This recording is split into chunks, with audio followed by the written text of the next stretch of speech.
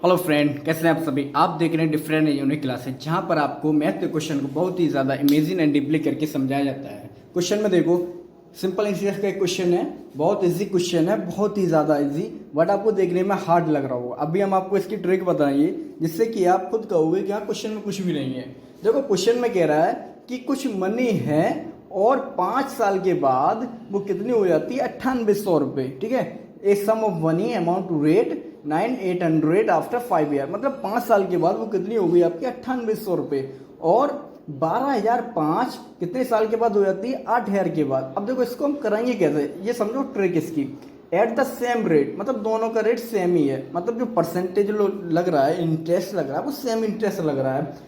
ठीक है, the rate of interest per annum. अब आपसे वार्षिक दर क्या है, जो इसकी जो रेट लग रहा है वार्षिक दर, वो आपसे पूछिए। देखो ये किस तरह निकालते हैं, अभी हम आपको ट्रिक भी बताएं, समझाइए। पहले आप क्वेश्चन को भी समझ लो, जिससे कि मान लो अगर क्वेश्चन में थोड़ा सा घुमा दिया जाए तो फिर क्वेश्चन में कंफ्यूजन ना हो।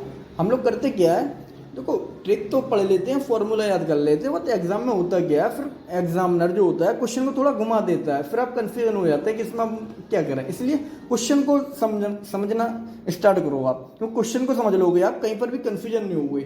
अब यहाँ पर देखो, देखो मैथ में स्मार्ट बनना है तो आपको सिर्फ एक रूल्स फॉलो कर लो आप, कि क्वेश्चन कोई भी हो मैथ का, उसको आप स्टेप में डिवाइड करके पढ़ो हमेशा। आप करते हो कि आप पूरा क्वेश्चन पढ़ लेते हो, फिर आंसर के बारे में सोचने लगते हो इसका आंसर क्या होगा। ये हमारी सबसे बड़ी गलती है। हमको करना क्या है, क्वेश्चन को स्टेप में डिवाइड कर दो। ठीक है, जैसे कि पहला स्टेप यहाँ तक हो गया, ये 9800 रुपये।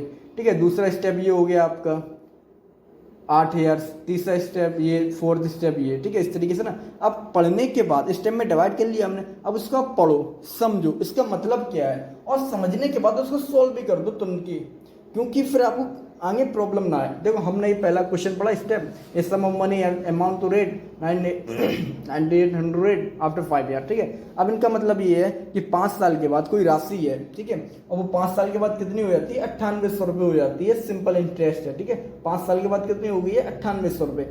अब इस 9800 में आपकी रियल वैल्यू मूलधन भी है और प्लस 5 साल का ब्याज भी है।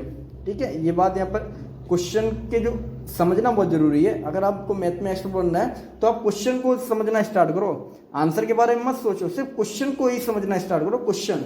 अब इनका इसका मतलब क्या है कि 5 साल के बाद राशि कितनी होगी, 9800 रुपये। अब इसको समझ भी लो कि इसमें आपकी रियल वैल्यू मूलधन भी ऐड है और 5 साल का इसमें ब्याज भी ऐड है। अब ये देखो 8 साल के बाद वो हो जाती है 12005 रुपये, ये दे रहा है ना 12005 after 5 year, sorry after 8 year. अब 5 साल के बाद आपकी 12005 रुपये हो गई है, तो इसमें 8 साल का ब्याज और प्लस इसकी रियल वैल्यू जो मूलधन है वो भी इसी में ऐड है। अब ये अलग अलग नहीं है, तो इसमें कि देखो आपका रियल वैल्यू और प्लस 5 साल का ब्याज, इसमें 5 साल का ब्याज ऐड है, इसमें 8 साल का ब्याज ऐड है। अब आप खुद सोचो माइंड से, इसमें 5 साल, इसमें 8 साल, बीच में गैपिंग कितनी आ रही है, 3 साल। और 3 साल अगर हम इनका डिफरेंस देखें कितना हुआ, डिफरेंस आपका आ रहा है ये 2205 रुपये। तो 2205 रुपये क्या होगा, वो 3 साल का ब्याज होगा।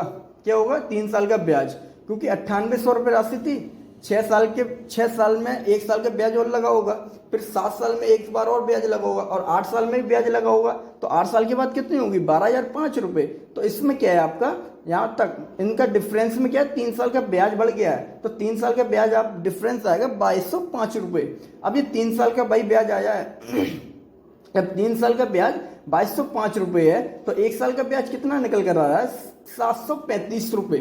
ठीक है, अब आपको पता है कि जो 1 साल में हमसे मनी लगती है वो क्या होता है, ब्याज की दर होती है। अब लेकिन इसमें परसेंटेज में दिया है, इसमें रुपए में दिया है 735 रुपये। अब इसको हम परसेंटेज में कैसे चेंज करेंगे ये भी समझो। देखो जो ब्याज लग रहा है वो किस पे लग रहा है, रियल वैल्यू पर, मूलधन पर। अब हमको मूलधन पता नहीं है, ठीक है, तो सबसे पहले हम क्या करें, इसका रियल वैल्यू मूलधन भी निकालें कि रियल वैल्यू मूलधन है कितनी। अब यहाँ पर देखो, अब 9800 रुपये है ना, तो 9800 रुपये में इसमें 5 साल का ब्याज ऐड है। अगर हम इसके 5 साल का ब्याज माइनस कर दें तो हमारी रियल वैल्यू यहाँ से निकल सकती है और यहाँ से भी आ सकती है इसकी रियल वैल्यू। अगर इसमें से हम क्या करें, 8 साल का ब्याज अगर इसमें से माइनस हम कर देंगे तो हमारा रियल वैल्यू निकल कर आ जाएगी। ठीक है, हम लिख लेते हैं मूलधन रियल वैल्यू 9800 माइनस, अब 1 साल का ब्याज 735 है, तो 5 साल का ब्याज कितना होगा 3675 रुपये। तो अगर हम 3675 इसमें से माइनस कर देंगे तो आपके निकल कर आ रहा है 6125 रुपये। ये आपके निकल कर आ गई रियल वैल्यू जिस पर आप पे ब्याज पे लग रहा था 5 साल और 8 साल का। तो 6100 रियल में कितना रुपए है 6125 रुपये, जिसमें 5 साल के बाद जो ब्याज लग रहा है वो हो रहा है आपका कितना 9800 रुपये।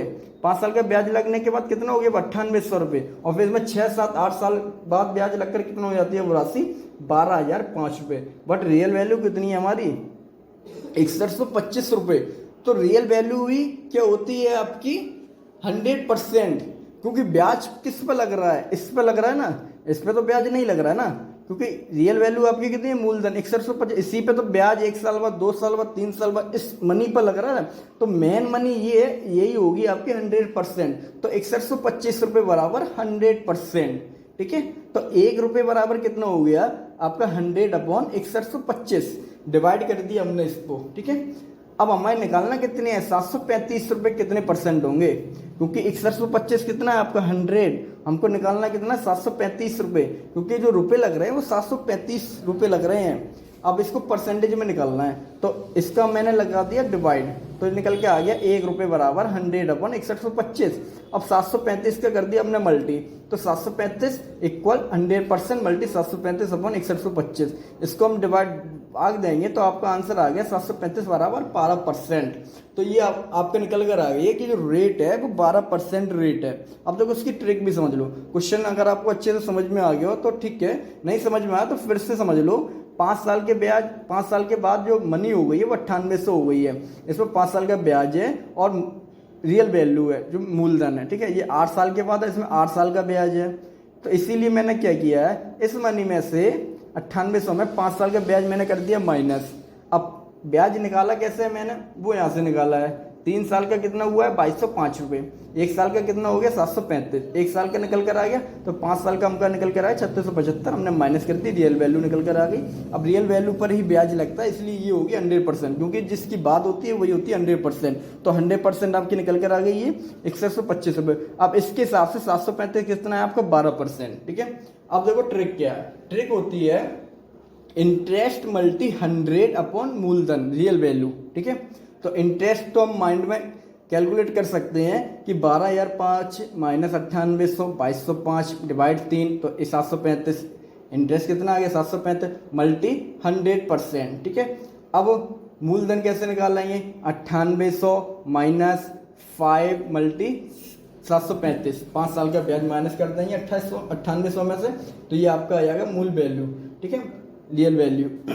अब इसको हम कैलकुलेट करके सॉल्व करेंगे तो आपका आंसर आ गया 12, ठीक है। 735 मल्टी 100%, 9800 माइनस 3675, 735 मल्टी 100% अपॉन 9800 में से 3675 जाएंगे, आपके बचे हैं 6125। अब इसका डिवाइड लगाएंगे 25 का, तो 25 चक 100 और 25 का इसमें डिवाइड लगाएंगे, आपको आएगा 245 बार, और 245 के बाद 735 में आएगा 3 बार, तो 3 गुणा 4 आपके आगे 12%, ठीक है फ्रेंड, ओके।